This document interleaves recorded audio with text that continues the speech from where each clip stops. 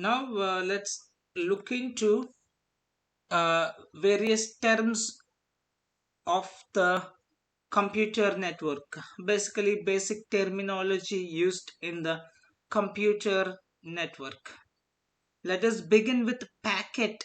What is packet? In the simplest way, packet is a collection of data that can be used by computers which need to communicate with each other, usually as a part of a network. If you deep a bit if you dig a bit deeper, essentially zeros and ones are packed together based on time. So that's our packet. And second is frame. So frame consists of a sequence of bits or symbols that indicate the receiver, the beginning and end of the payload data within the stream of symbols or bits it receives. I will show you what is frame directly also. Okay, let's look into that. And then third one we have is a server. A server refers to the nerve center of any network. It typically needs to be much more high powered than a regular desktop workstation. So using environment variables name preceded by a dollar sign, we can tap into that server. So I will show one server also directly. How does it look? And then workstation. What is workstation? So workstation refers to each person's computer, your front end, so back office staff computers and the machines in the examination rooms will all be called as the workstations, which are part of the network. So so before we go to the other terminology, so let's look into the server first, and then we'll see packet, frame, all other network. So let me open putty. Okay,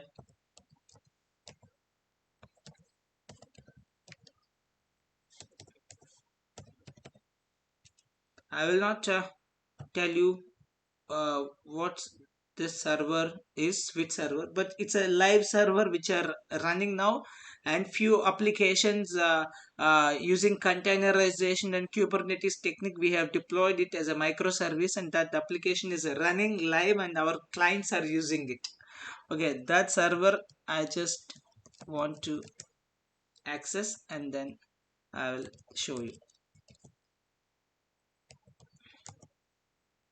That's it. We are in the server. So this is our server.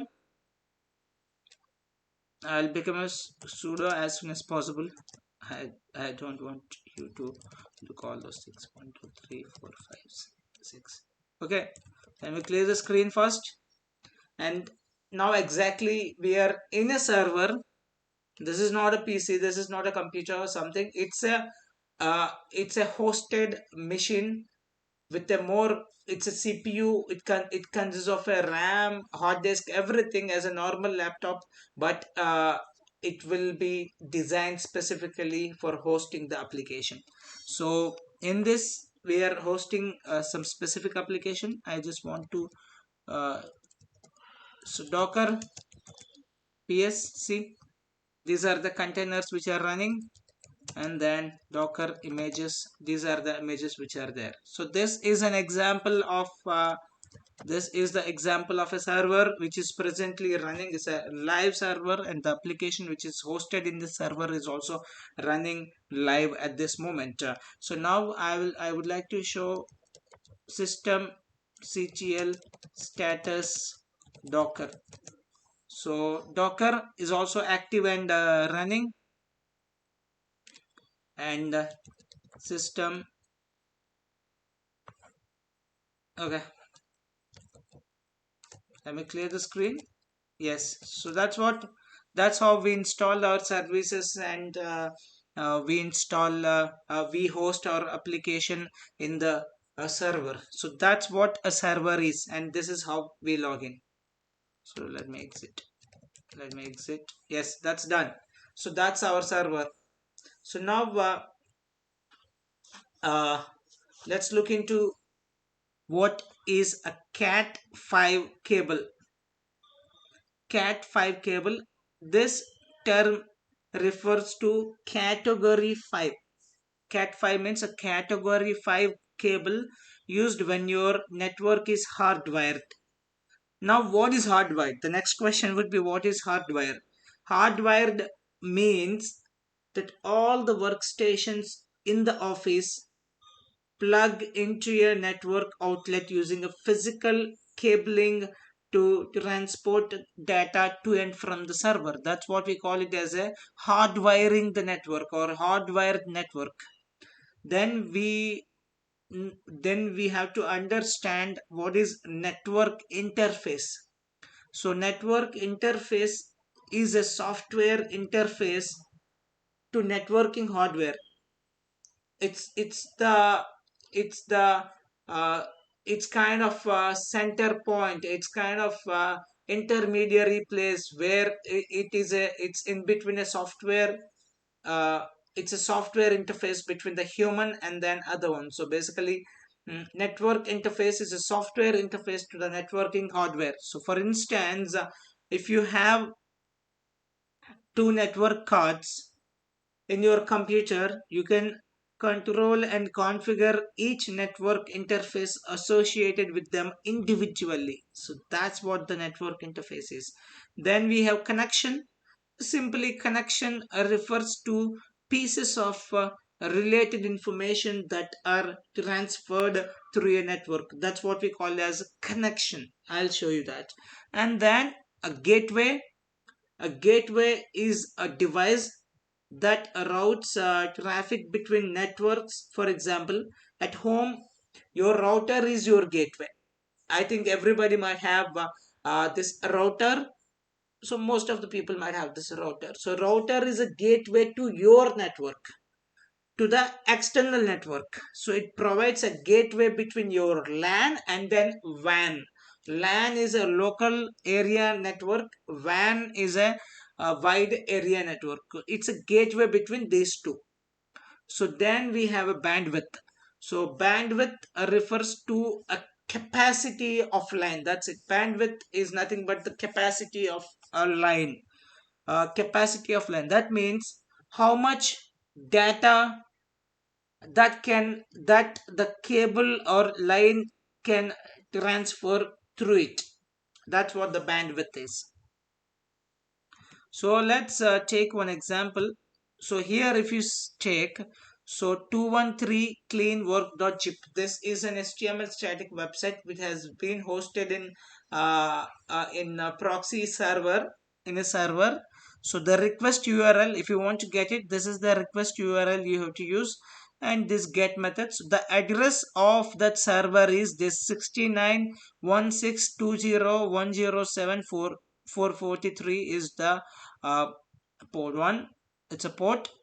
So this is the address of remote address of this application server. So now let's see response headers. What all headers, response headers are used in this? First one, the data is accepted in bytes, the range in bytes, and then content encoding is gzip. So content type is application or zip. So now date and expires and server type Apache. Basically, the server type that you can use or that existing server is Apache 2. That means the server is Ubuntu, and the service which they have used is Apache. So that's how the data can be transferred. This is some information, and then address of a server, everything we have seen. So now let's look into timing, just to just to get the better understanding of client and server and client model. So if you look into this, queuing zero point 0.3, stalled 0.12 millisecond. So request sent.